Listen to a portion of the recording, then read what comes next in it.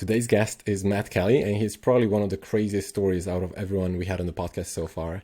He built a brand, an e-commerce brand that was doing over $1 million in revenue per month, and he was living his best life. He bought a Ferrari, some other expensive cars, until the whole thing crashed. And he explains in the episode why it crashed and what happened and what he learned in the process, and then how he picked himself up again and how he's now building a new, again, early stage but a very successful brand at the moment. Super fascinating. He has a lot of interesting stories to share, interesting lessons. We talk about networking, we talk about brand building, traveling the world, etc. So I hope you're going to enjoy it, and if you do, subscribe, like, leave a comment. That really helps support the podcast. Thanks.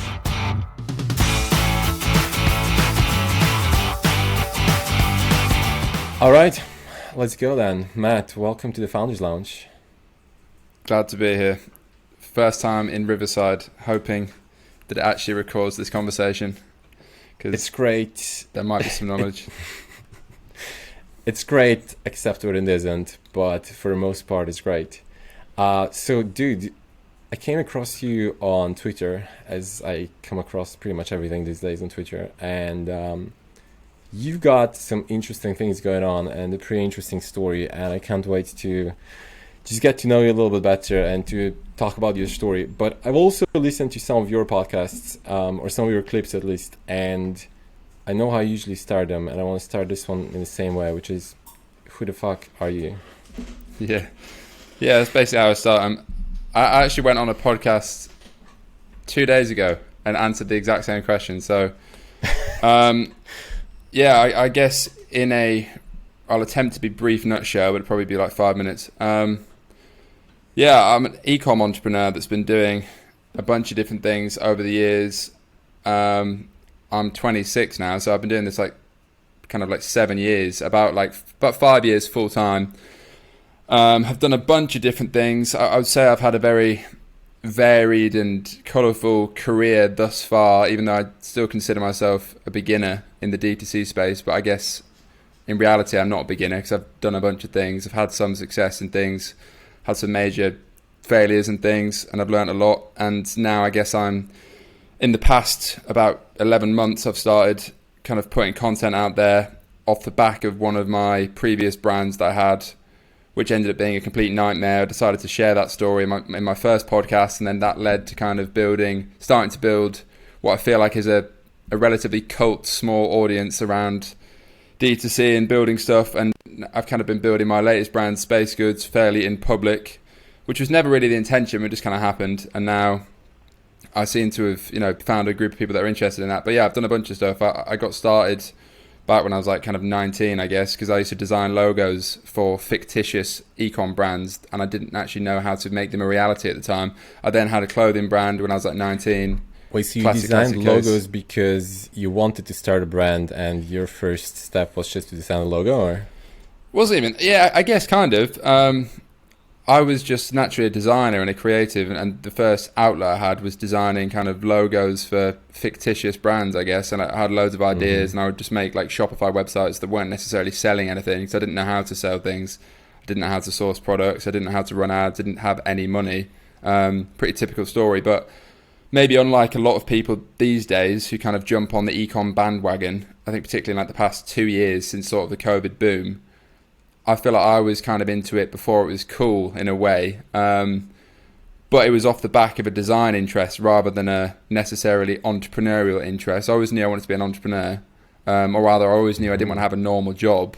I just didn't know exactly what the outlet and roadmap to do that would be, but I eventually kind of found e-commerce because I, like I said, designed logos and so on, wanted to sell something and be able to monetize my creative interests, and then probably like a lot of people, sold t-shirts with a logo on when I was like 19. That was my very first Shopify store or brand. And it was a brand, I guess. And I say brand specifically because, I was making my own products. I wasn't drop shipping any of that crap. Although I did get into that later on. It's just funny because I guess I had an attempt at building brands before I kind of discovered Facebook ads, and then got a bit hooked on like 2016 drop shipping, which is where I made a bit of money for the first time in like 2016, 17, 18, back in the glory days of drop shipping, I suppose. And then had a clothing brand with my mate while I was in uni. It's back in like 2015, 16.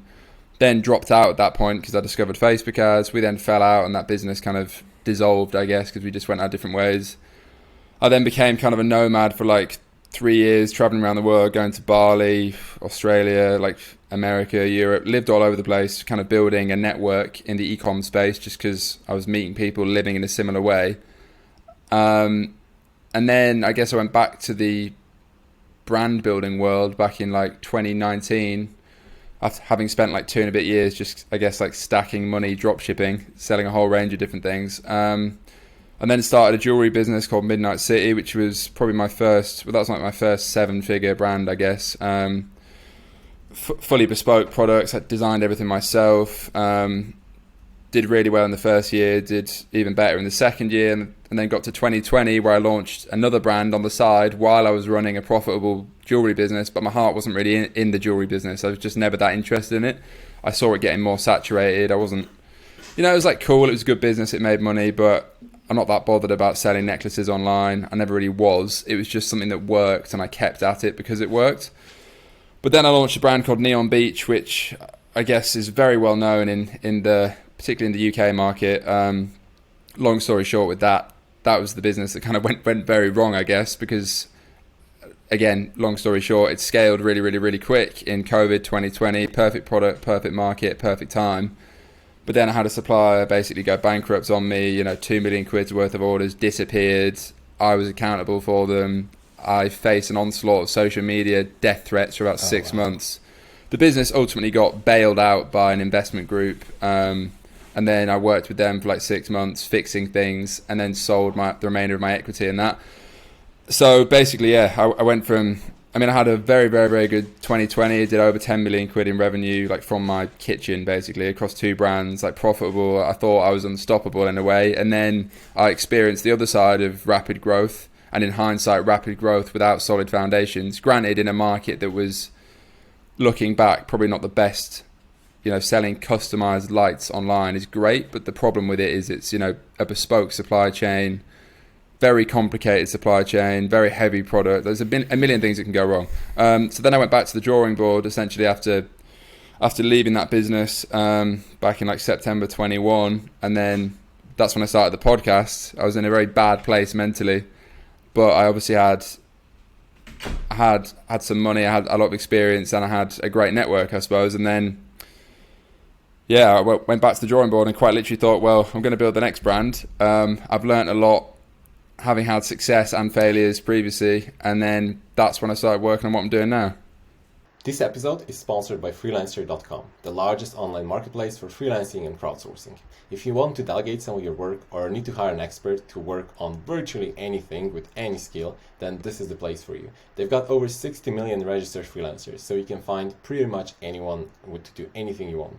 Even NASA has been using it for years, and I've been using it recently to get some cool new stuff done for the podcast. So if you want to give it a try, go to freelancer.tflpod.co and you'll get a £30 voucher to start with your first project. So that's freelancer.tflpod.co. I'll put the link in the description. So in a nutshell, that brings us relatively up to date. I've got so many questions. Yeah, I bet. Well, my first question is, so when you built the previous 2 brands, you were what? You were like 24. You said you're 26 now, right?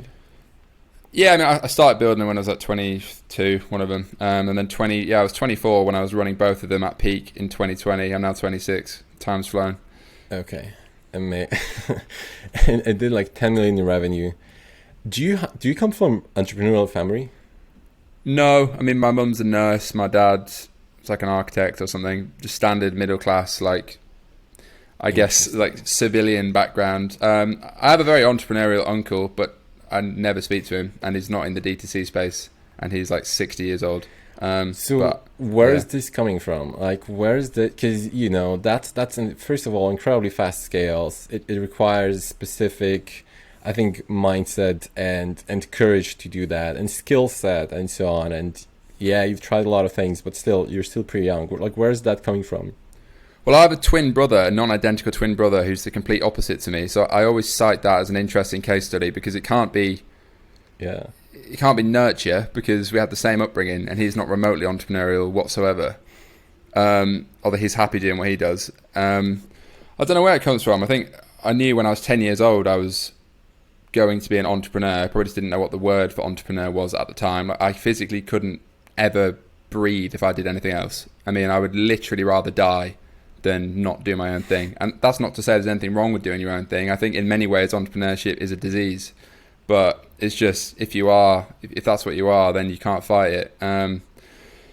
So yeah, I don't know where it comes from. I always had that.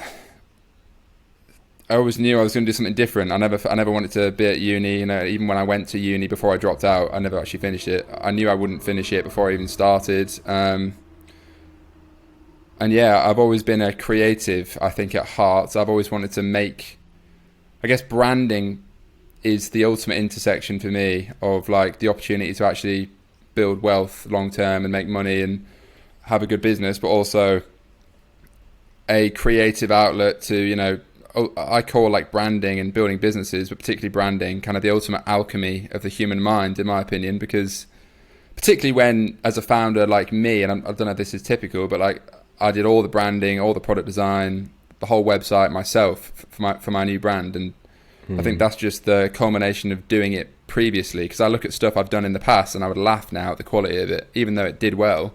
I look at it and think that was absolutely shit. And I'm sure I'll think the same about the stuff I'm doing now in 2 years' time. Hopefully. Yeah. So I don't know. I do. It feels very natural to me. There's a lot of things within the entrepreneurship realm, for example, like finance and admin, that are not very natural to me. But the 0 to 1 in particular, like I've always felt like I'm very, very, very good at.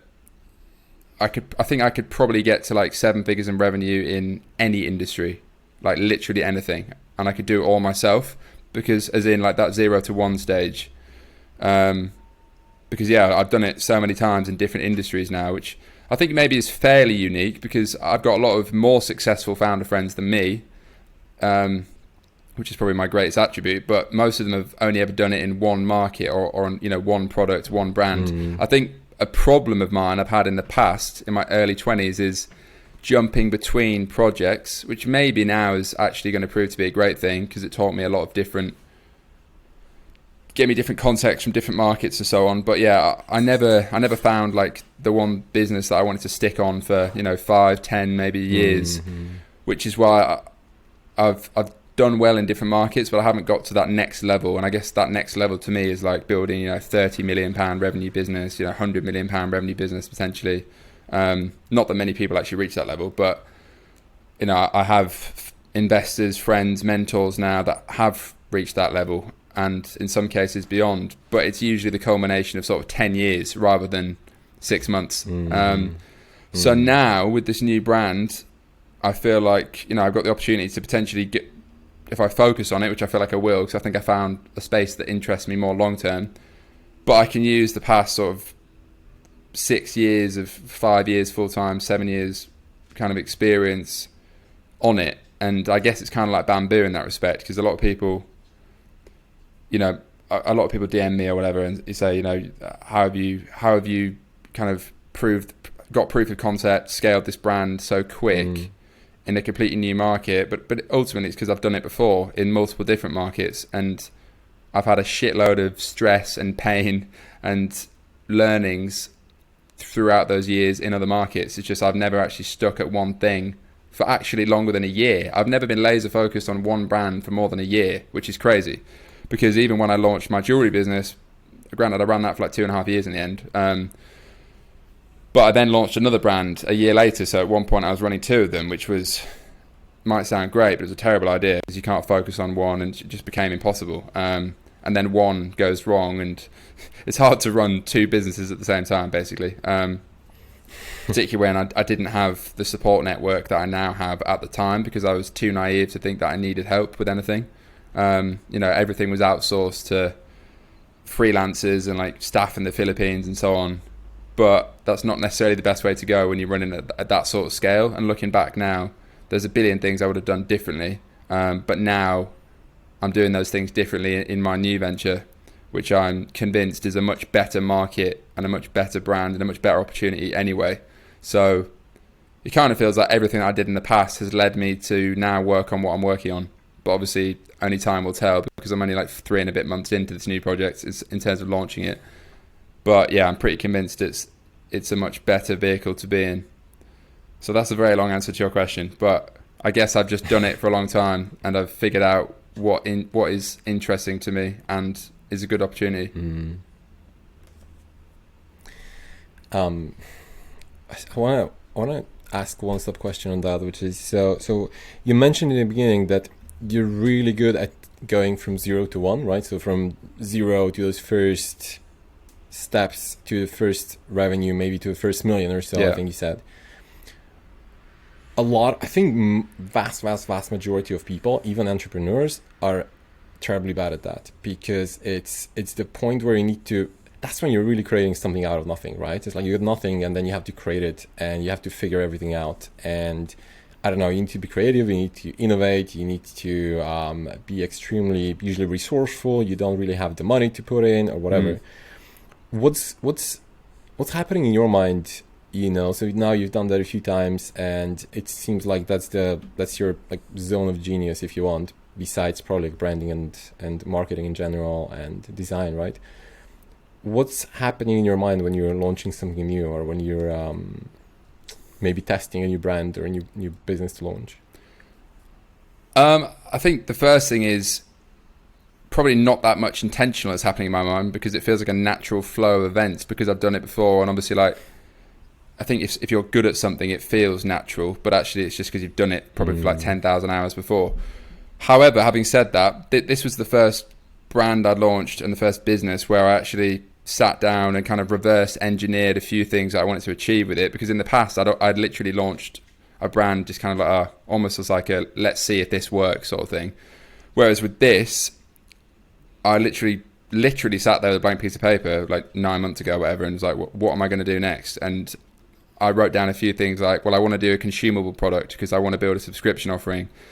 I want to do something that has a massive product margin. I want to do something that is in a clearly emerging market that isn't too crowded yet. And mushroom subscription supplements, broadly speaking, ticked all those boxes for me. And then I dived headfirst into that, because I'd never built a consumable product. I didn't know how the fuck to make one. I didn't know where to start. But then I do know how to figure out what I don't know, because that's ultimately like the entrepreneurial trait. But also when you've done it before, I know all the principles of how to source a supplier, whether it's jewelry, lighting, consumables. I know how to properly, conduct a sampling process. I know realistically how much time and how much money and how much effort it takes to get to the point where you have a decent product. I know how to set up a Shopify store to look good.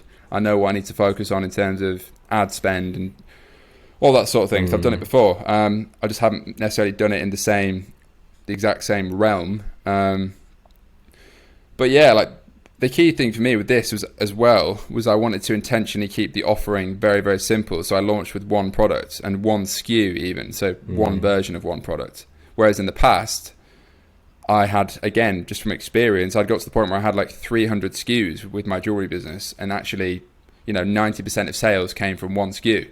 So I was like, just for my own peace of mind, I wanted to launch something that was effectively very simple. And then I also thought about, well, what's the end goal in terms of the business? I guess financially, the end goal, or maybe an interim goal, would be to realize a big exit from a brand. And then, I've always been interested in the world of acquisitions and raising money for brands and that sort of thing. I look at businesses like Athletic Greens, for example, which are valued at over $1 billion. Businesses like Huel, which I think are also now valued at £1 billion plus.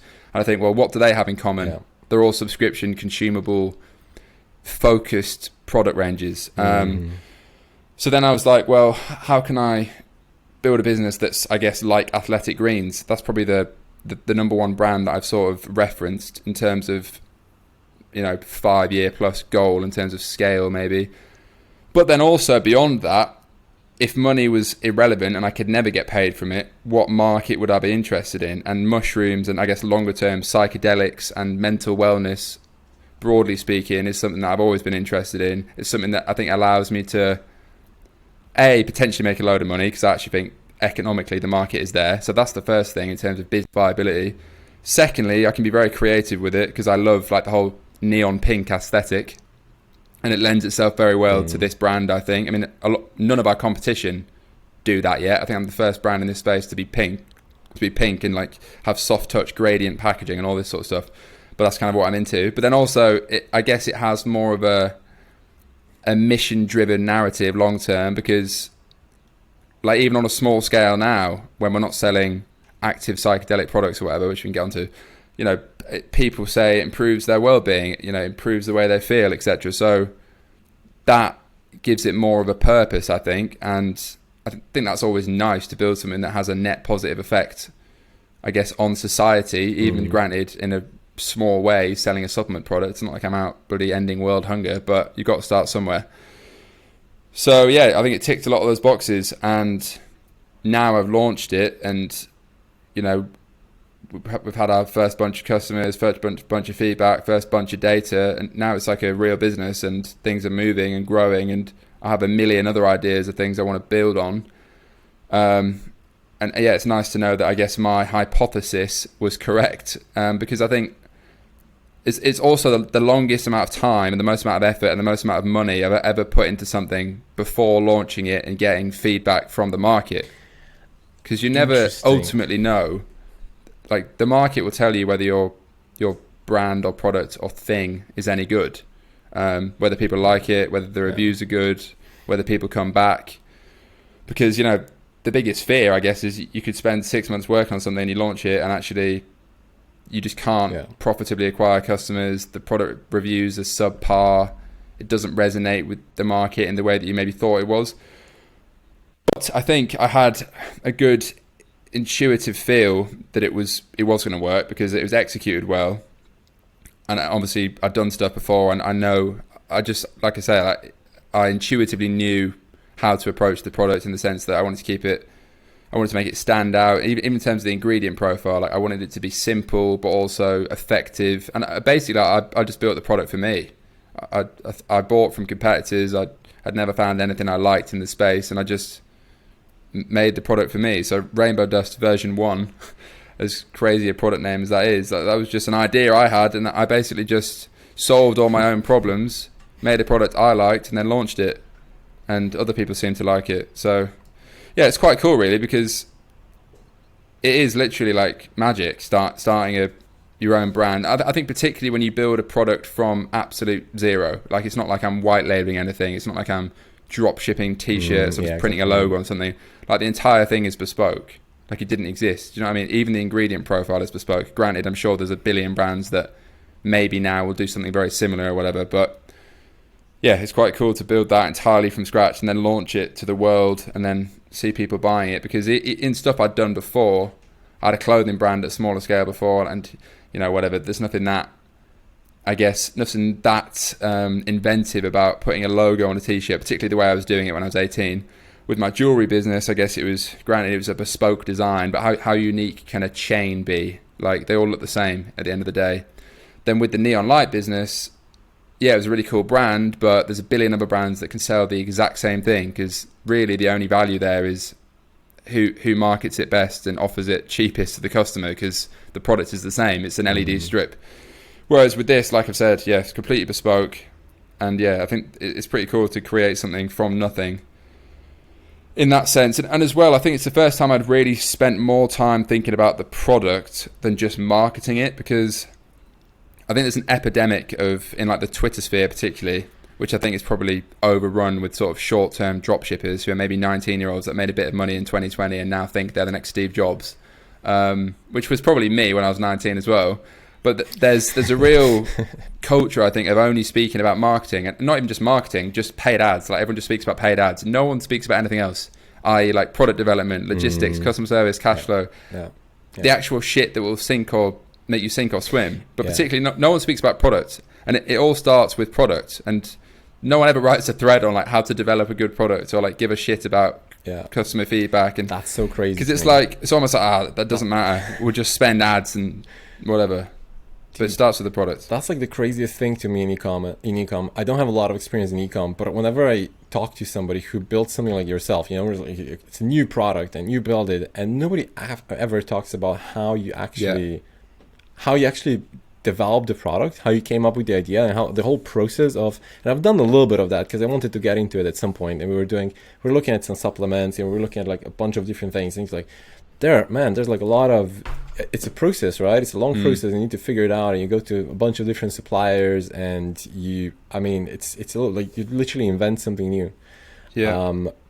And to me, that was always super complicated. My background is in technology, right? So I know how to program, and for me, the magic, I can really relate to what you're saying about the magic of creating a new brand. For me, that's the magic of building something with code. Yeah, I definitely can't code. I don't really code anymore, but it's like the same kind of feeling. You just write a few lines of code, and something shows up on the screen, and it's like, oh man, wow, did I just build that? That's crazy. So it's kind of the same thing, or a similar thing, I suppose. Definitely. But yeah, so that side is clear to me. How do you code something? Yeah, okay, I understand that.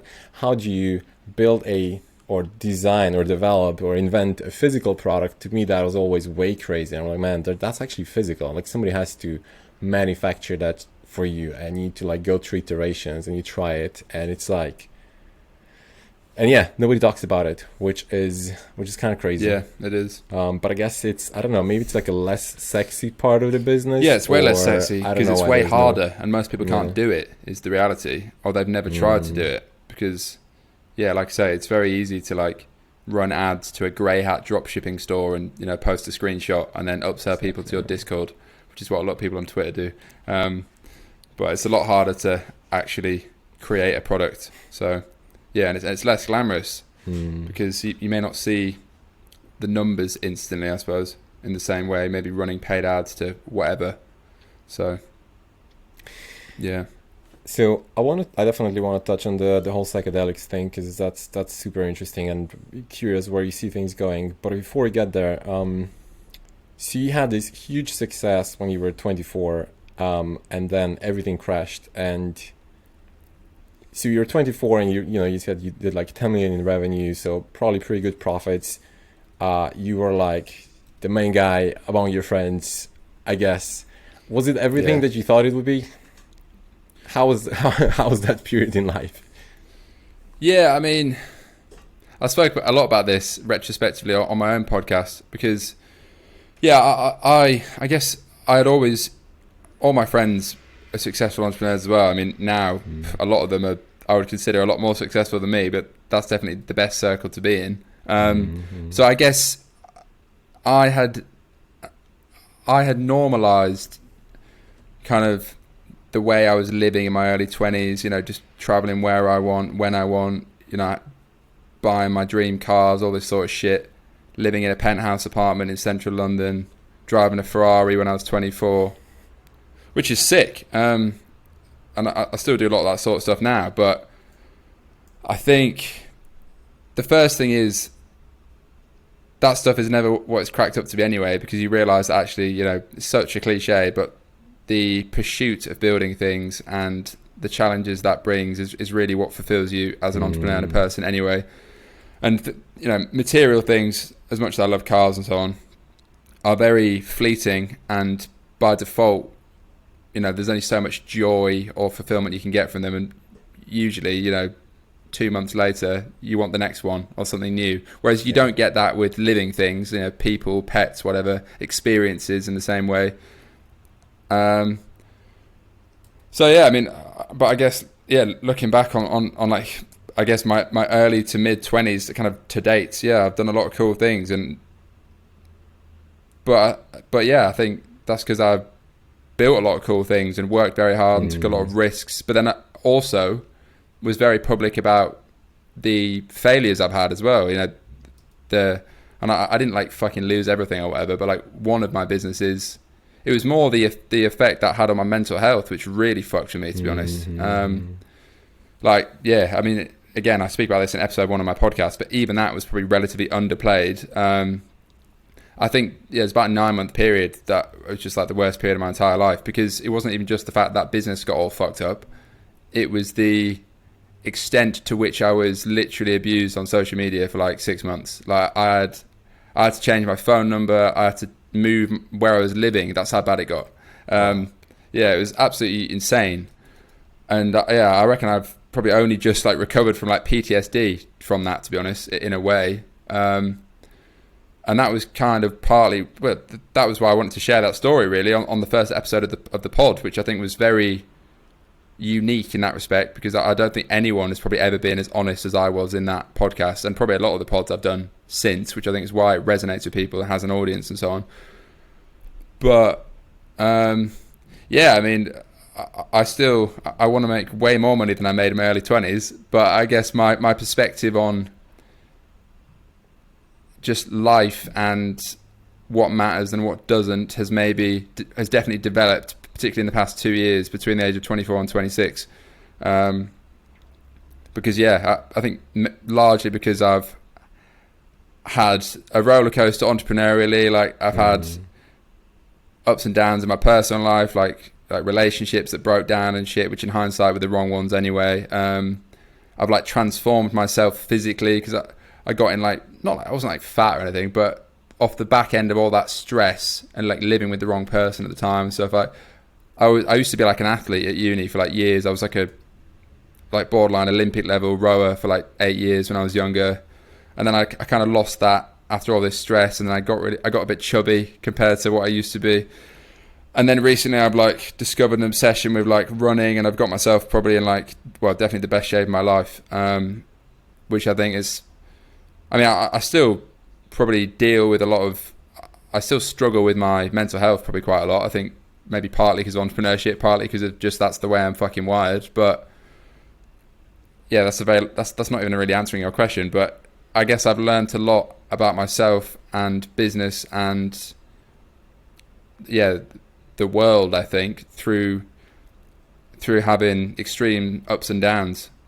But I certainly, what I will never be short of is good stories and lessons from the years in the trenches, and I'm sure plenty more years to come in the trenches doing things, because yeah, I can certainly say that I will never regret not taking a leap of faith into building something or going somewhere and doing something, because I think I've done everything I ever dreamed of in terms of like traveling to places, building businesses, experiencing certain things, and I'm sure there's plenty more to come. But yeah, I guess I've become slightly more wise throughout the process, and maybe my brain has fully formed.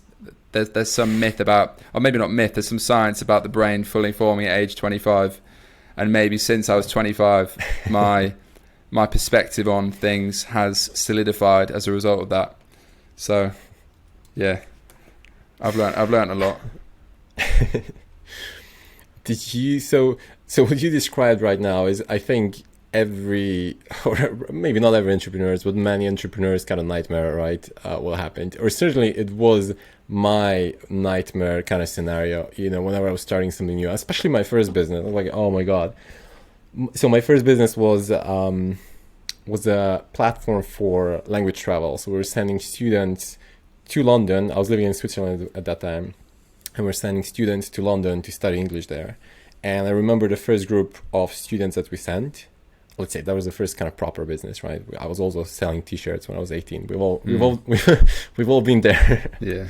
But that was the first more proper startup. And I was terrified when we sent the first group of students. I was like, I don't know what we're going to do with them. What if they get lost? What if, I remember like I couldn't sleep that night when we got the first group of students. I'm like, shit, I don't know what's going to happen with them.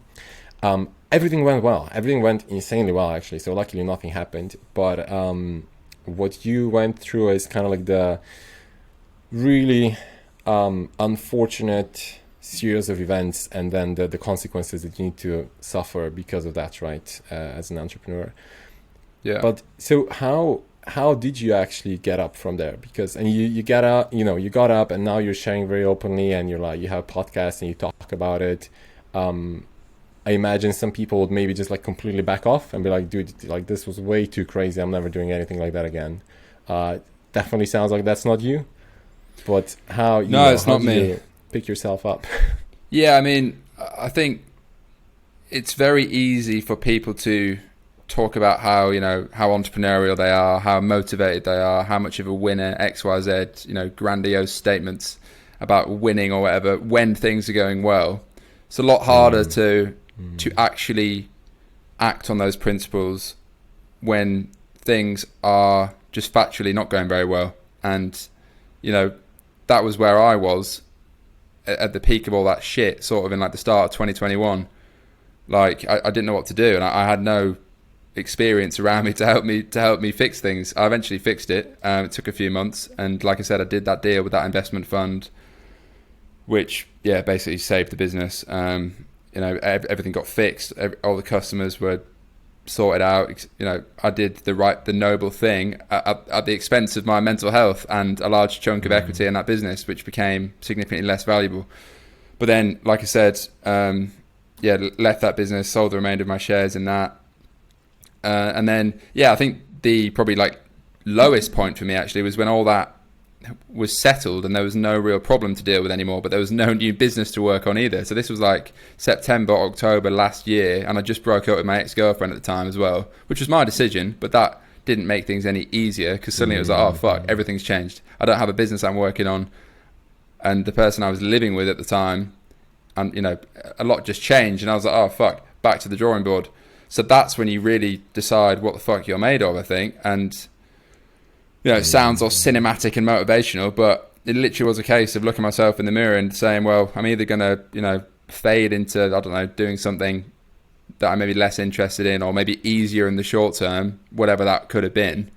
Or I can take what I know, prove to myself that I'm good at what I do, and do it again, which is exactly what I did. But that took a lot of pain and a lot of time, and honestly, like a lot of sleepless nights and a lot of just grind to get out of, really. And I guess looking back, I'm pretty impressed that I managed to do that, because like I said, it's easy to, when you've got momentum, momentum is so critical in entrepreneurship and life, but particularly in entrepreneurship. And you know, when things are going well, more things can go well. You know, you maybe have a shitload of cash coming in, and you got loads of people around you that either want to be involved in the business or telling you that you're fucking the best person ever, all this sort of shit, which I experienced a lot of, maybe from disingenuous people as well as genuine friends and so on. But then it's a lot harder when you have to, you know, you effectively you're not starting from zero, but because again, I had money, connections and experience, which, you know, those things, particularly experience and connections, you cannot lose. You could lose everything, but you can't lose you know, if you're a decent person, you're not going to lose the people that you've got around you, and particularly the experience, because, you know, put me in a room compared to some 16-year-old that's never done it before, and there's 10 years of like grinding away at it in difference, and you know, I can probably make one phone call and solve a problem, whereas that person doesn't have that network, that contact list.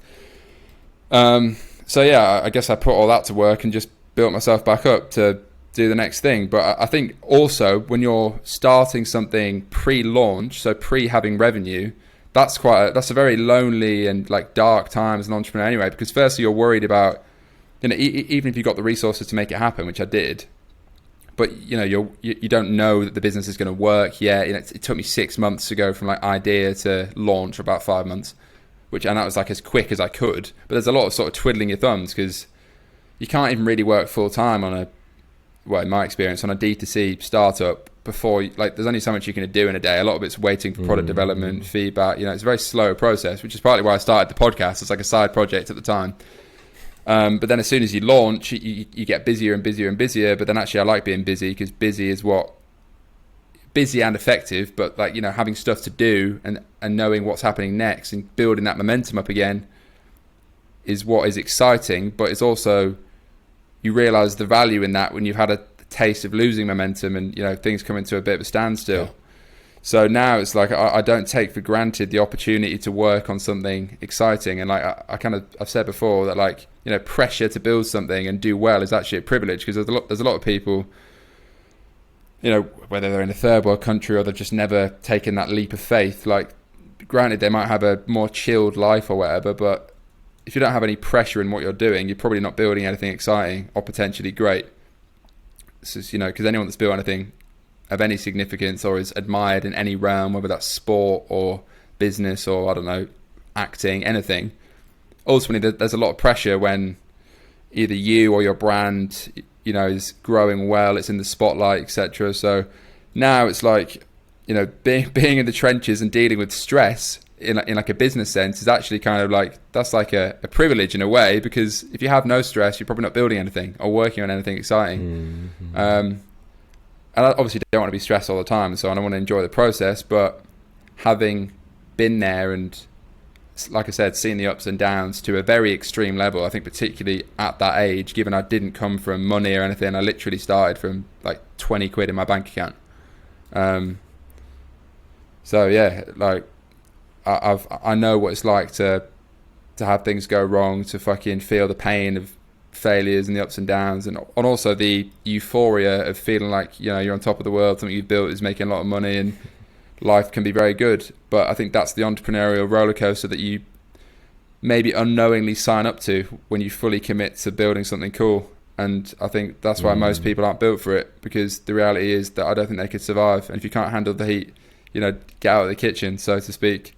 And entrepreneurship, probably particularly e-commerce, with it being 24/7 online, you know, there's so many fucking things that can go wrong and by default will go wrong, that I think you just have to love maybe the parts of the process and ultimately love what you're building, which I probably wasn't in the past, which is why I changed in many ways. I think you have to love it deep down to keep doing it, because it is fucking hard.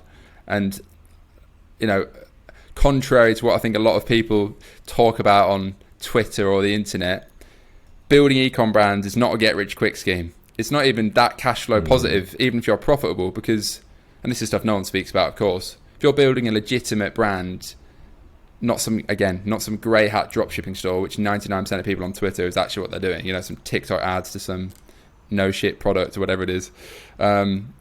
It's not a get rich quick scheme. Like, it takes years and years and years of building something valuable. And ultimately, you know, the biggest financial opportunity I think in D2C is selling equity in a valuable brand. It's not really profits going into a founder's pocket, which is why a lot of people start agencies, by the way, in my opinion. It's a lot easier to make six figures online, which is kind of the whole thing, make six figures from a laptop, blah, blah, blah, if you're running an agency, whether that's copywriting, running ads, you know.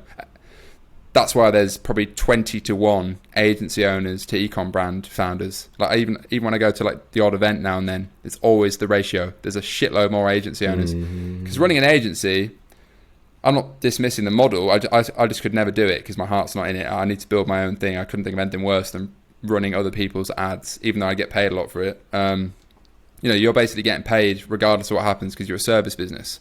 You're not taking the same risk in terms of cash flow, stock, product development.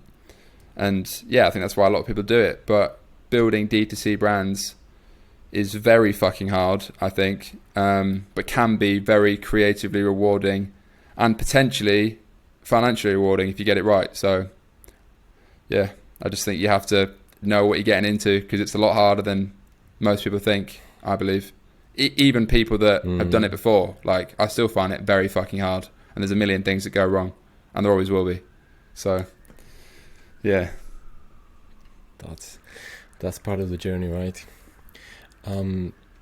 So one thing I want to talk about is you mentioned your network a couple of times, and you traveled around, you met people around the world. I think from the conversation that we're having, it feels like you get inspired a lot by your network as well. That there are a lot of people around you who are either very successful or have also very interesting life and so on. How did you build your network, or how do you go about building your network? That's the most common question I get off the back of the podcast, really? And like Twitter and so on. Literally the most common one. And I think the problem is people think it's a science. Absolutely terrible at it. Yeah, well, I've never even thought about networking. I've just thought about, I think I've answered this probably in better detail before, but for me, like, the first step was no one around me was doing anything entrepreneurial, so I left uni and I took a one-way flight to Asia, which cost like £100, like fucking Wizz Air or whatever. And I went to an ecom event, and that was in the end of 2017, and that was the first event I ever went to, and I was shitting myself, and I met a load of people that were doing e-commerce for the first time in my life, and I was like, wow, I'm not the only one that views the world this way, and for the first time ever, I don't feel like an outsider. And I distinctly remember it, and I cite that as being the door that opened everything else, because I then met people that then went traveling with, whatever, went to meet other people. So that's the first thing, is just realizing that, because people seem to have this strange idea I was born into like a family or like a school of like 20 entrepreneurial e-com founders, whereas I don't even know a single person from my hometown, from school, or even university that is an entrepreneur. Not a single one out of like hundreds of people. So that's just bollocks that people think, you know, you're either lucky in that way or not. I think the next thing is just actually doing stuff and building things that are relatively interesting. Because, you know, people, and also meeting people that were at a similar stage to begin with, because it's probably not the best move to, like, I get messages off like 16-year-olds saying, like, can I go for a coffee with you? And it's like, no, like, I don't even reply, because why would I? And obviously it's the same with me. If I message, I don't know, a fucking billionaire, they're probably not going to reply to me. Maybe they will, but I think you kind of have to climb that ladder, I guess, in a way, if you want to call it that. Like, you know, all the people that I initially networked with or whatever and got to know were at a similar stage. They were, you know, getting into e-commerce, that had some success, you know, they're figuring it out. And then you become friends with people, and then maybe you meet someone that's a year or two ahead and has done something else, but then you've actually got something to speak about because you've built something yourself. It's not a case of like, oh, I want to start a business, can you help me? Like, I literally get messages saying, I want to start a brand, can you help me? It's like, no, no one helped me. Like, I was doing my own shit. And then, but also I think that the most important part is I never thought about it as like, I'm not consciously networking, I'm just being myself.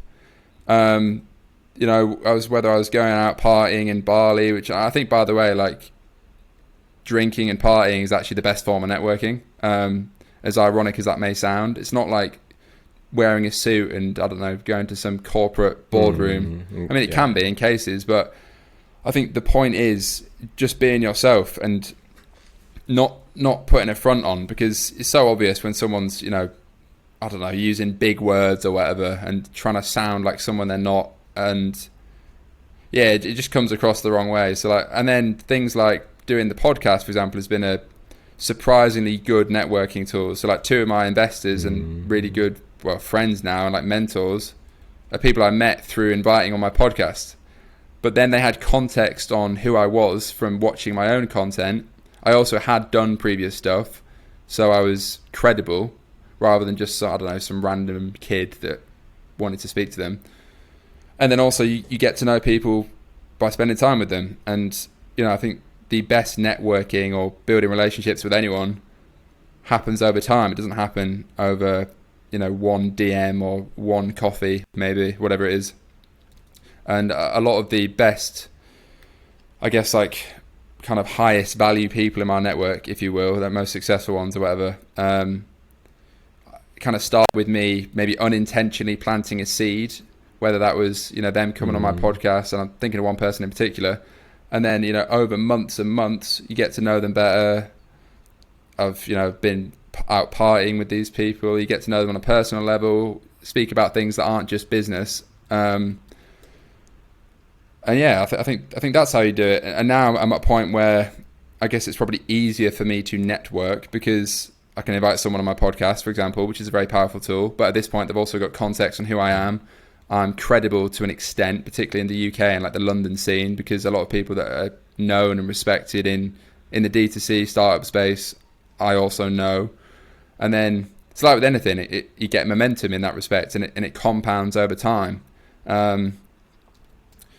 So yeah, I think that's again a very long answer, but I think you just have to start somewhere, put yourself out there, be yourself, and ultimately be working on something. But you're never going to meet people and network if, you know, you're not on social media, you don't leave your bedroom, and you're expecting the world to come to you.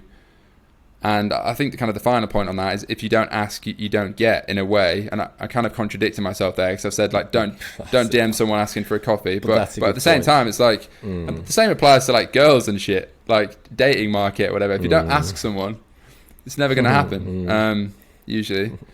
So, and it's the same principle with, like, yeah, I don't know, raising money for a business or talking to someone about an idea. And, you know, there's plenty of people I've messaged, by the way, and never had a reply from, because, you know, maybe they're at a level beyond where they would be interested to speak to me, or maybe they just didn't have time. It's like, that's just part of the game.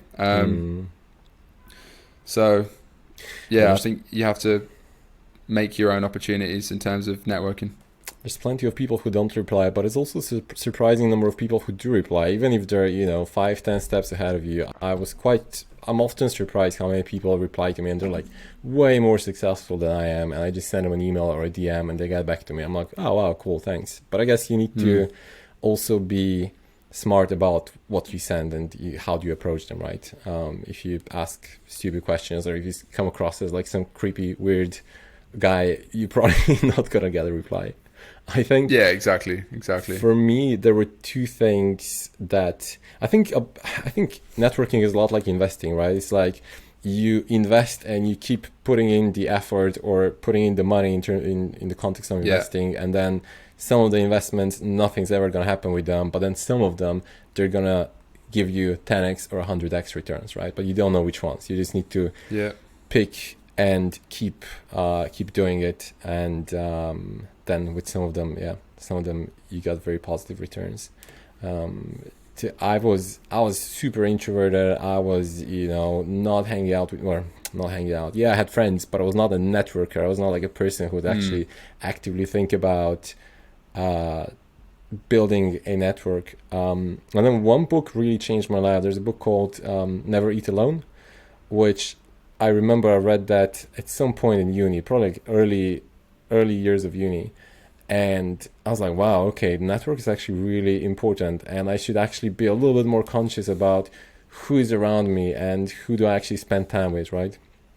And I think it's the single most important thing in life, like genuinely, other than like your health. Yeah. Because I think you can, like I said, like you can lose money, you can even lose you can even lose your legs. I mean, that'd be an extreme example, but ultimately you can't, if you're a decent person and you don't screw anyone over and you live with integrity, at least, always with the best intentions, then I'm pretty convinced if I was screwed, I could make 3 phone calls tomorrow and, have money in the bank to go again, so to speak, if that was the scenario. Like if I was locked up in a Thai jail, I'm sure if I had the ability to make a phone call, I could get out within 24 hours, sort of thing. And obviously there's levels to it. I'm not saying I have like mafia boss friends or whatever, but maybe that's next on the list. That's next, yeah. But yeah, I think, and also kind of a second point to that is, the old saying, like you become the average of the people you hang around with. Yeah. And I think that is the most true thing ever, particularly, and it's something that I think particularly people in their earlier stage of life, like 20s probably particularly, should be so like selfishly conscious of, because I see it all the time. I've seen it with my own like older mates that I'm probably not mates with anymore. They clearly get in with the wrong crowd, whether that's at the end in school, university, and for whatever reason, I've seen people get in with the wrong crowd and clearly not pursue their potential, which I think is always a shame. And granted, not everyone wants to be an entrepreneur at all, but like if you want to be a good athlete, you don't hang around with people that go to the pub every night. If you want to be the greatest academic philosopher working in a university, you should probably hang around with people that are doing that or on a path to that. Do you know what I mean? So it's just figuring out the people you resonate with, and not all my mates are doing the exact same thing, but I think we probably share a lot of life principles, which I think is important, because it's so true. It's the company you keep becomes your standards, and if I said it a million times, but I think my mates, particularly my close mates, make me feel like I'm achieving nothing with my life, and that's how I like it to be. If I felt like I was the one that was, I don't know, my business was the biggest, I was in the best shape, or there's a billion different ways to look at it, then I'd be quite worried. But I think it's always better to feel like you're a smaller fish in a bigger pond as well, which is also why I think environment and where you physically choose to live kind of second to that, because that is a big part that enables better networking and better groups of friends and so on. It's like, I don't know, if you live in a small village with your parents forever, you're probably unlikely to meet a lot of people doing similar things. So I think you just have to put yourself in situations where connections and opportunities are potentially more likely to happen, and then you have to obviously do the things in that place that allow you to meet those people or whatever it is. So, you know, on the point of view, or the average of 5 people you surround yourself with, you know, they've done some research where people whose friends were obese, they were more likely to become obese. If you're hanging out with a person who's obese, or even if you were just talking to them regularly, you are more likely to become obese yourself as well. That's how much that affects you. Because it's whoever's around you, that's, you know, that's your reality, right? That's your norm. That becomes your norm. And that's who you become. And then if you're surrounded by people who are dragging you down, well, they're going to drag you down, right? You're going to get to that lower point. But if you're surrounded by people who are actually a few steps ahead of you, or better than you, or, you know, who are someone who you're aspiring to become, well, then that's who you're slowly going to be becoming, probably. So, yeah, exactly. Because I think you have to, like, one thing I realize, and there's still like times and experiences where I see like it happening again, is until you're exposed to a certain level of something, you know, whether that's a level of fitness, a level of wealth, a level of whatever it is, in whatever facet you're trying to be better at. Obviously, in my case, primarily entrepreneurship and building a big startup. You almost don't think it's real. But then once you become friends with people who've quite literally done the stuff you used to maybe read about, then it's like, oh, right, okay, well, if they can do it, I can do it. Exactly. But then there's always a next level to everything. And I'm not saying you should always be aspiring to the next level, particularly like financially, because I think that's not necessarily always a better thing. But like, I was in Mykonos, for example, the other week, and I went to a place called Scorpios. And there's people spending 300 grand for a fucking table in this beach club. And that's like billionaire level. Do you know what I mean? So there's always a bigger fish, so to speak. And I'm not saying that I even necessarily want to be at that level, but, you know, if I really was obsessed with the idea of being a billionaire, then maybe I should, you know, until I'm exposed to hanging around with maybe billionaires, which I'm currently not doing, then it might even seem like not real or fake, or, you know, that's ridiculous. Because even when I speak to like my own brother or like mates from back home who aren't in the entrepreneurial realms and see the world very differently, it's quite apparent how different our worldviews are, maybe as a combination of our, you know, the past few years of how I've lived and who I've hung around with and how they've lived and who they've hung around with, and no better or worse, but just different in the sense that, yeah, like they view like even relationships differently to how I view it. They view like a timeline on life differently to how I would view it. They view money differently to how I view it. Just like different priorities and different ways of looking at every area of life, even as far as things like COVID, for example. And, you know, I've had many disagreements with people about that, but yeah, and it is ultimately a reflection on the context that they're living surrounded by, whether in their, you know, their work, the people they live with, the things they choose to consume on TV, social media, whatever. And it's the same for everyone. So you have to. So I think one thing that's, you know, a useful way to live is to kind of decide independently like where you want to go, because in the start you don't have those reference points. You know, like I said, I didn't have any entrepreneurial mates, but I knew I wanted to be that. So you have to, and it's harder at the start because you're doing it alone in most cases. You have to put yourself in situations where you are more likely to be exposed to information, people, experiences, opportunities that are more conducive to where you want to be. And then, like I said, you get momentum, you start actually doing that and living that way and meeting people. Then obviously things compound, and then that becomes who you are, and your identity is that. So yeah, that's again a long answer, but or a long point. I don't know what I was saying. No, I completely agree on that. I mean, yeah, could talk about that for a long time, but let's talk a little bit more about Space Goods. So Space Goods is your main focus right now, your current brand, and I've got it right here. I bought it the other day. Oh, really? It's like the packaging is out of the world. It's not perfect. It's version 1, but yeah, it's cool. The packaging is super sick. The name is sick as well. It's just like the whole thing. I think it's, I mean, first of all, it looks really cool. Second of all, it tastes amazing. I was really surprised about the taste, by the way, because usually these things, I don't like things that are too sugary, but it genuinely tastes great. I mean, some people actually say it tastes like too good in the sense that psychologically they would rather it taste more earthy, because then it would, because it does have like 29 calories in it. I'm working on a version which is like a bit more natural, if you will, but because not more natural, but like people have requested one that doesn't have caffeine, for example, because it has got caffeine, doesn't have any cocoa powder or this, kind of like I guess a raw version. It wouldn't taste very good, but I've got a version like that on the way. So I was expecting, because like it's a bunch of mushrooms, surely it cannot taste very good, but it actually tastes great. And I want to make like 3 cups a day, because it just genuinely tastes super nice. It does taste good. So well done on that. And I know that you said I guess your mission with this brand is to build the next generation wellness brand, and you're pursuing the kind of psychedelics.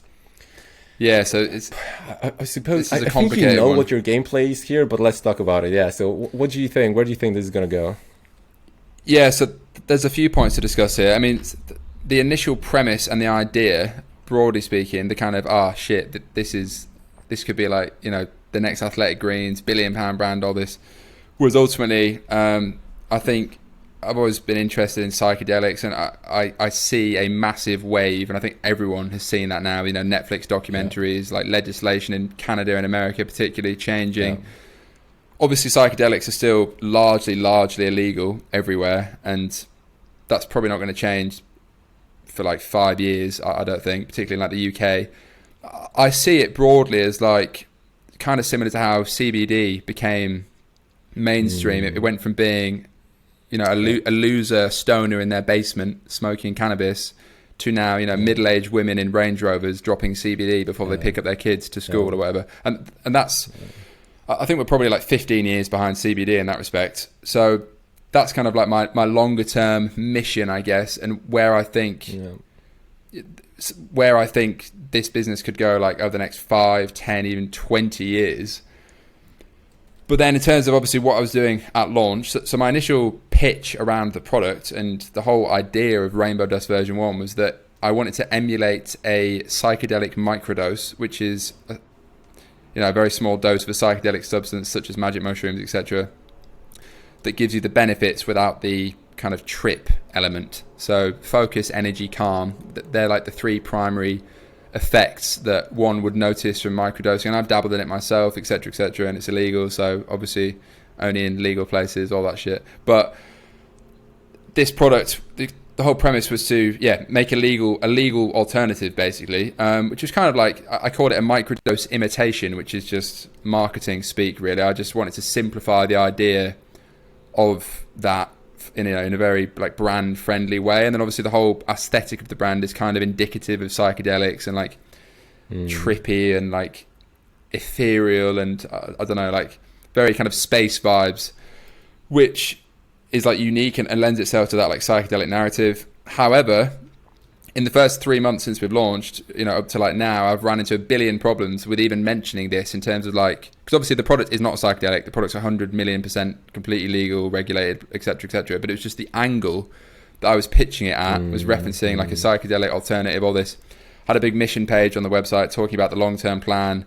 I've had to remove all of that because our Instagram account got disabled twice. So that cost me a lot of money to try and fix, a lot of lost revenue, a lot of ad issues. Our TikTok ad account got completely disabled, blacklisted in like the first week. We can't run on Google Shopping. Merchant Center got banned in like the first week. So I'm still actually trying to fix those issues. Instagram I got fixed, but it wasn't ideal because it kills momentum when you're scaling ads. Obviously, like the account disappeared twice for like 2 weeks. So super stressful. But now I've had to it's kind of bite the bullet, and ultimately this is like the first major issue / pivot I've had to make in the first quarter of a year, 3 months, is essentially stop speaking about that at all and play more on the coffee alternative angle, which is what all our competitors, particularly in America, where there are more competitors, do anyway. And I didn't really want to jump on the bandwagon with that because I thought it was a bit simple and boring and arguably a bit vanilla, but it still works, as an angle. Ultimately, I can't run an angle that's going to get me in trouble and not be able to run ads because then I don't have a business. So I've been pragmatic about it in that respect. So now I've had to really just, push more of the obviously still speak about mushrooms and adaptogens because that's what it is, but I can't talk about psychedelics at all. Can't even have the word on the website.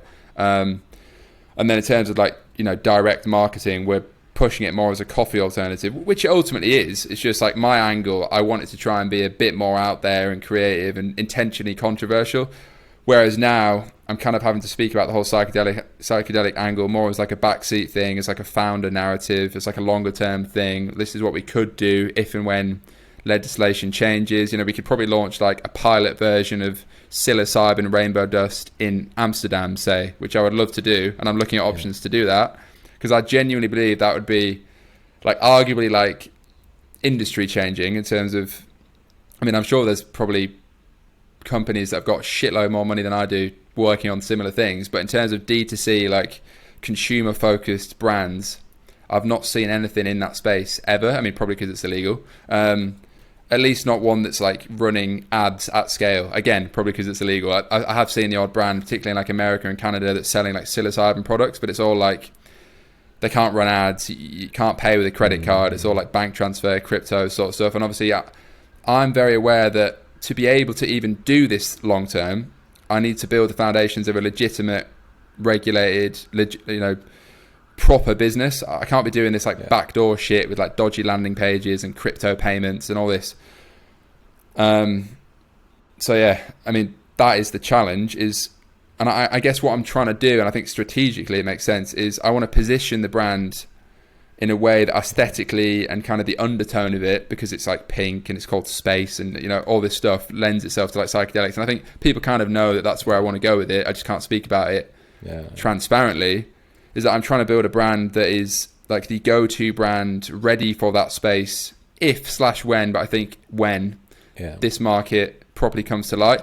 However, I want to build a business that if that was never to happen, we still have a great business that can make a lot of money, potentially be worth £1 billion anyway. Because obviously, like, you know, like I said, look at Athletic Greens, Huel, whatever. I still think adaptogens and holistic wellness through mushrooms that aren't magic mushrooms is still a massive £1 billion brand opportunity. And particularly in the UK and the EU, there is no brand really in that space yet. I mean, in America, there's brands like Mudwater, Everyday Dose. Mudwater are probably the biggest. But all these brands look the same, they sound the same, they appeal to the same people. They're all black, white, grey, brown, like vanilla packaging. And I want it to be the exact opposite of that. And, you know, I'm expecting 1,000,001 copycat brands probably over the next year or so, but because it is such a unique aesthetic.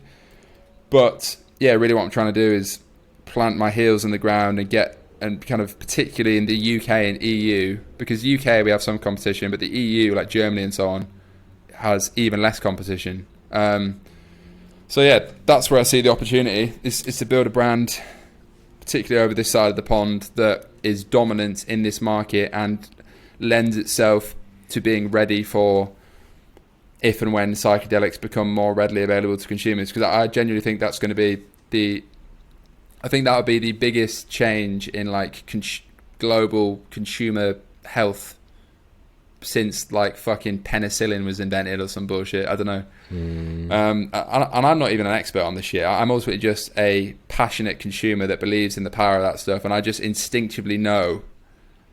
I just know that wave is coming. And the wave for just mushrooms in general, like lion's mane, chaga, cordyceps, all this stuff, and there's a lot of science that backs that. It's obviously it's not quite as compelling as like psilocybin and magic mushrooms curing depression, because I can't really say that about lion's mane.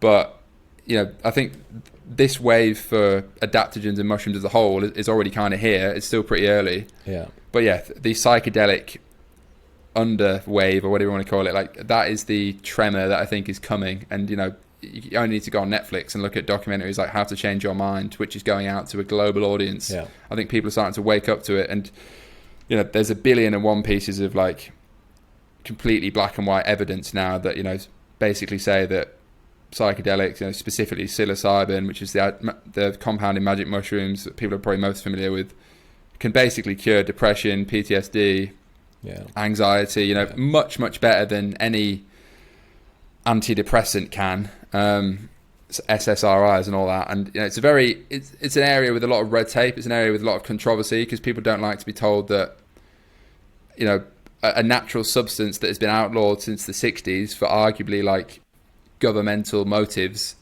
is probably better for them than some big pharma pill called an antidepressant that I think like 30% of society, or maybe more, relies on these days. And yeah, it's something that even speaking about tends to ruffle feathers, but that is honestly my belief. And yeah, one thing that I really wish more people would see is, have you seen that graph about they're like different drugs and how dangerous they are, like how many alcohol, deaths tobacco, everything is more dangerous than psychedelics. So like alcohol and tobacco is at the top. It's like pretty much side by side with like heroin and like the like the worst drugs in this world. And then you got psilocybin or magic mushrooms at the very bottom, right? It's like the safest thing, the safest substance if among substances that you'd classify as drugs, I suppose. Yeah, it's crazy. It's crazy. I really wish more people would say that. Yeah, but it's ultimately like incredible.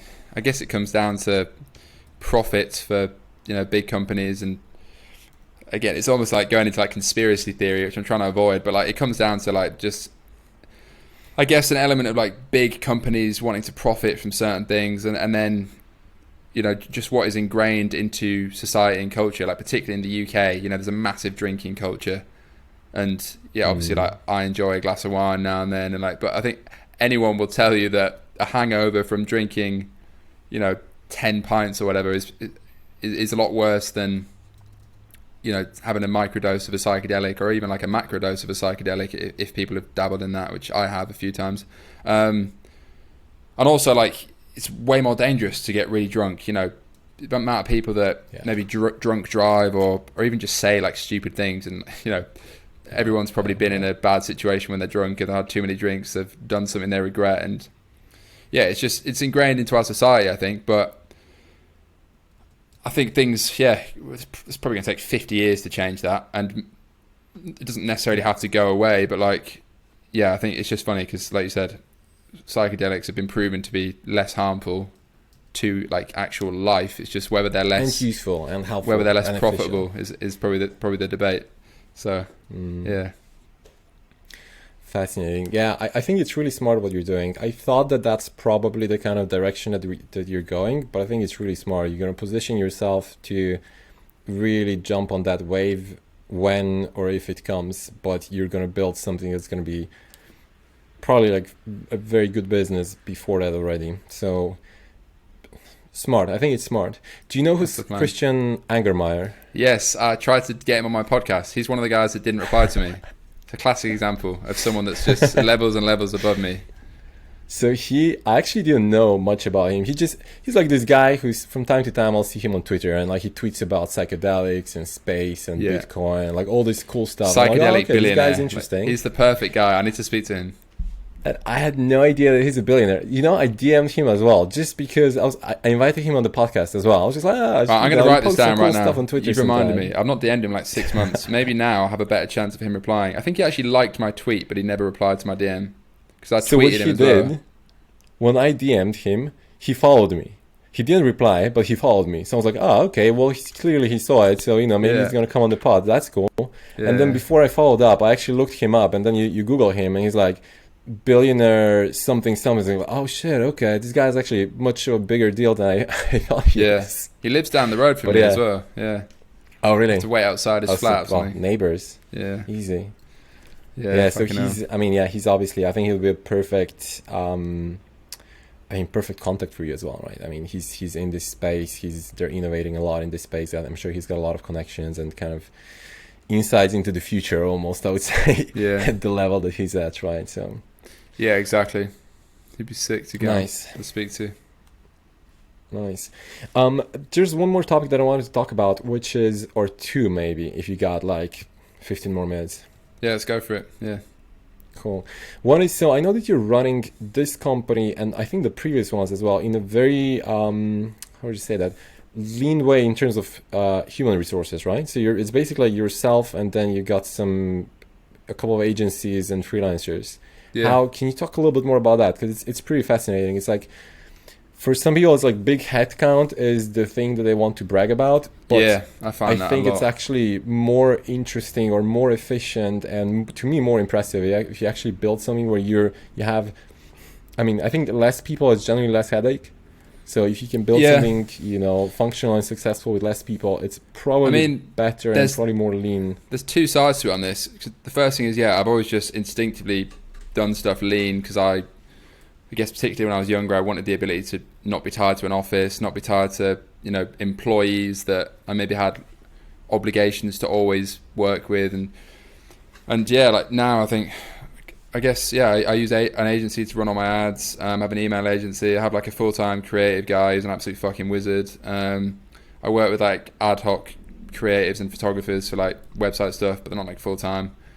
Who else? Got a customer service guy full-time.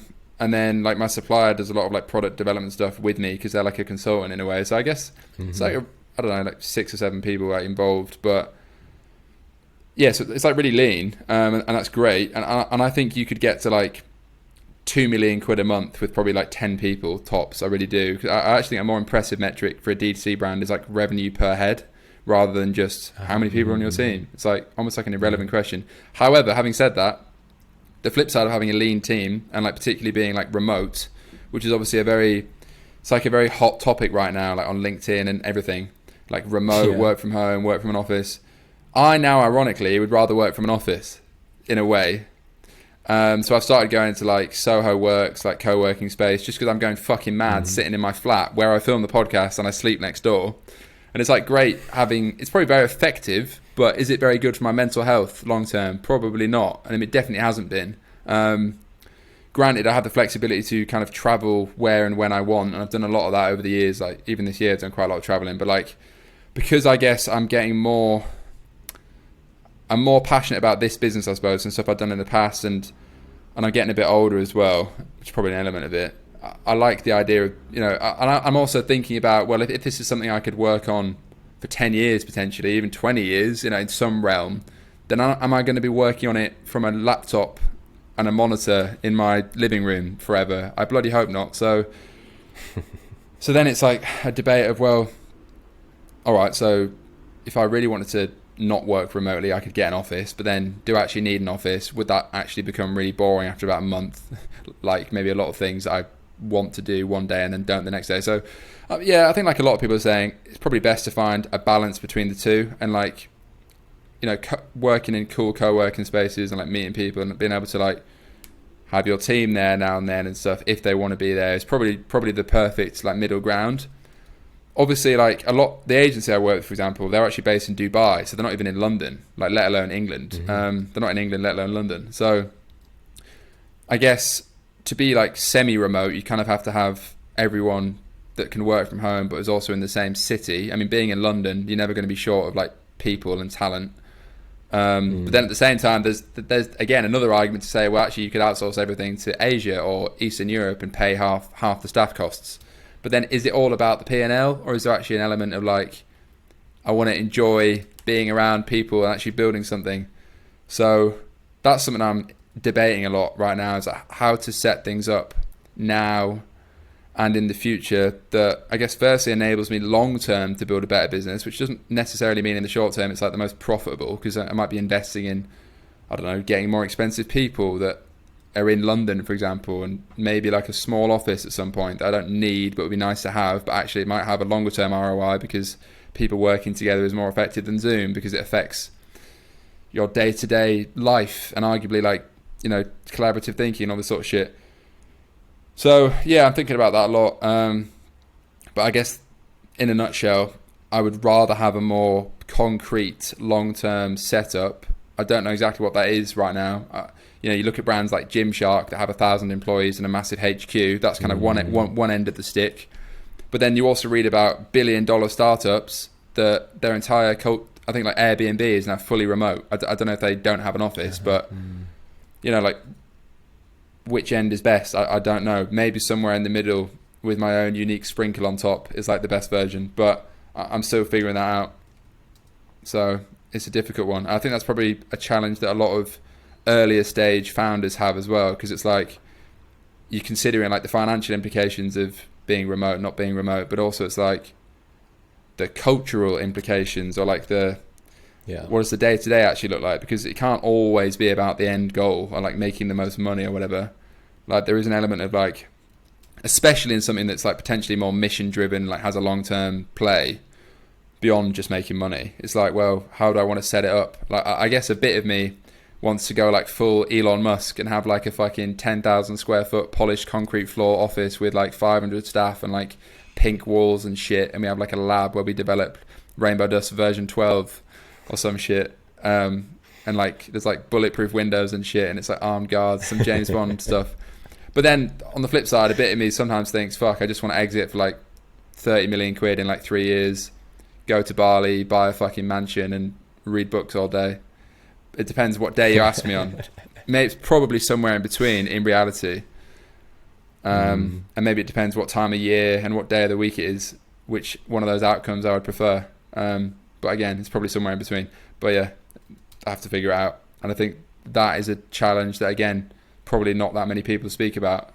And I think it's very, very, very lonely being an entrepreneur in general, but particularly being an online entrepreneur, and even more so being an early stage company online entrepreneur, because yeah, like I'm very fortunate. I live with another founder, so we live and work from the same place. Like if I didn't fucking live with him, I'd probably be crying myself to sleep every night, because it would just be like such a lonely process. Yeah, but that works well because, you know, we understand each other's pains, and even beyond the people I live with, I have a lot of mates, like I've said a million times, that run companies, whether that's e-com brands or other stuff, so I can speak to them a lot, whether that's in person, whatever, group chats, all that shit. But I think it's one of the biggest dilemmas of this generation, beyond just entrepreneurs, is like the work from home, work in an office kind of debate. And again, like most things in life, the answer is probably a balance and somewhere in between, realistically, for the majority of people, with obviously extreme cases either end. But yeah. Yeah, I mean, I think it's a balance, and also just depends on your personality and on what you want, right? I don't think there's one or the other. I think there's always going to be companies who are going to be fully on site in the office, even though they could be remote, right? Even though they're like fully, like everything they do is online or whatever. And then there always will be, and always have been, companies that are fully remote, right? I think one example is what are the guys that built WordPress? I think that's actually the name of the company, but they've got like 1,000 employees or maybe more. They've always been completely remote, right? So incredibly huge company, obviously widely successful, always been fully remote. And there's just one example, but there's loads more. So I think it just depends what you're building and what works for you, especially. And then now there's a lot of debate online, and there's a lot of people pushing each one in their own direction, but I don't think there's one right answer to it, really. Depends on the individual and on the business. Exactly. But yeah, agreed. Okay, final question. So usually at the end of the episodes, I like to go into some business ideas. Do you have any idea that you can share with somebody, with everyone who's listening, and maybe somebody can pick it up and build it? Well, yeah, I mean, I guess I've got to talk about this idea that I've been trying to do on the side, but I just don't have the fucking time in reality. I think that's my problem. I'm trying to be aware that starting another thing, like I've done in the past, is probably not the best idea. So I had this idea of, I mean, it's probably been done already, but it's something I thought would be fucking sick and lend itself very much to what I like, is basically the concept of group buying a bunch of mansions around the world for networking / enjoyment purposes. And I've actually set up a placeholder website for this. People could put their email in. It's on my YouTube and shit. Because like the whole community, like I think communities are becoming bigger and bigger as like a business opportunity, I guess. Discord's blown up, all this sort of stuff. Like even just around my own podcast, like so many people, again, message me being like, oh, you should host events. Or like when I went to Marbella, we did this like hustle house thing, like me and a bunch of guys. And it was like this sick villa. We all work there, like work, party, kind of, I guess it's like a blend of like working, networking, partying, and just being in a cool place. And like when you split the cost of those things, it's actually like cheaper than a hotel. But then I wanted to think like one step further, and I was like, this is where the idea came from. I was like, what if we bought this Marbella villa, which is like 2 million euros or whatever? But then I thought, well, actually, what if 1,000 people chipped in 2,000 euros, or 500 people chipped in 4,000, or however you want to split it, then actually that pipe dream becomes pretty viable. And then, I mean, it would get very complicated. Don't ask me like the logistics of it, but it effectively becomes like, I'm not really into crypto and all this shit, but like, I guess it would be like a DAO, like a decentralized autonomous organization or something, where you could you effectively group ownership for luxurious exotic villas with the intention of networking, partying, and renting them out. So I guess like the cash flow model of it would be, obviously everyone puts the money in to buy it, maybe you take a fee to manage it, whatever. Maybe during the winter month when no one wants to be there, we Airbnb it and split the profit. So maybe over like 5 years, everyone gets their money back, you know, whatever it is. But then also people can book it to stay individually in groups, like pay maybe like a ticket fee, which covers like the costs, all this sort of shit. But then you could also host like mad events, because the thing that something like that, where it's kind of like $2,000, $4,000 to kind of get a piece of it and be involved, is you're effectively validating like the quality or maybe like level of the people that are being involved. So it's kind of like a Soho House concept, but a bit like, but slightly higher level or like more exclusive, because the buy-in is so much more expensive. And like, obviously you could different levels to it. You could have, I don't know, a Bali villa where actually it's 20,000 a ticket and you do it between 50 people. And then instantly, you know, anyone that can afford to do it and is invested in it financially is probably quite an interesting person. They're probably an entrepreneur, you know, all this sort of stuff. So that was, I guess, broadly, I don't know if I'd even necessarily call it a business idea. I guess it was more like a project / creative idea I just had off the back of like a personal interest that I hadn't seen properly done or executed yet. So maybe I'll end up doing it on the side off the back of the pod. But yeah, that was kind of an idea I had, because I think, again, it was just playing on the whole community aspect, playing on the exclusivity element that I think people want in terms of being, and a brand could probably do it as well. You could, I don't know, buy the Space Goods mansion. It's like a £10 million Miami futuristic, whatever, modern mansion, and you could split it between 10,000 customers. And that, you know, it might be a way for, that's like the next level of like brand experience, I guess, is like physically meeting other customers in person or whatever. You know, there's so many ways you could do it hypothetically. But yeah, I guess that's the idea. Blockchain probably is the right way to execute that. I think otherwise that, I'm also not an expert at all, but otherwise that could be quite difficult. But I see similar concepts happening. Yeah, in I've seen a few, space, right? a few similar things. And I recorded an episode, I don't know, a few episodes ago. We had somebody on who's running a crypto or like an NFT membership club, and it's effectively a very similar thing, right? But just what you're saying is you actually have a real physical, tangible villa, which is part of the deal. Yeah, because I think part of the problem that I just think a lot of this crypto, like NFT stuff, like for a start, I think 99.5% of them are scams, and like that's quite evident in terms of like the amount of rug pulls and like where the market's gone. But it's like, I don't like the idea of the metaverse where everything is online. I just don't believe people are going to buy online property over real property. It's just not real. I think it should be a way to facilitate better real life experiences, not an experience in itself. That's my view on it. But again, I know fuck all about NFTs and stuff, to be honest. I've stayed very focused on ecom. But yeah, if I was going to do that sort of thing, that is probably how I would leverage that like technology and make something real that was very cool. So yeah, that's what I'd say. Nice.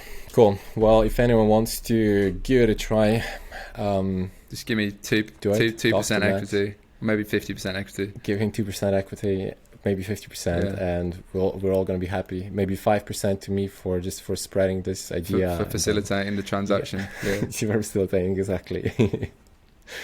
Cool. All right. We're going to wrap up.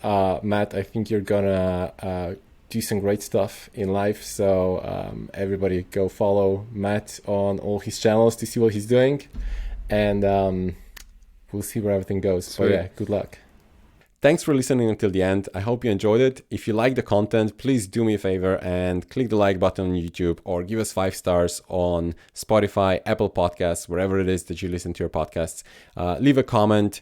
Subscribe if you want to hear more from us. That really helps also to get the podcast out there, and that helps me get more interesting guests and create even more interesting content. So I really appreciate if you do that. If you have any other comments, questions, feel free to message me. You can find me on Twitter. That's usually the best channel. The link should be somewhere in the description. And check out my Twitter. I try to tweet interesting stuff about similar content that we talk about on the podcast, key insights from the podcast as well, and just generally stuff that I learn and stuff that I do. So see you. Thanks.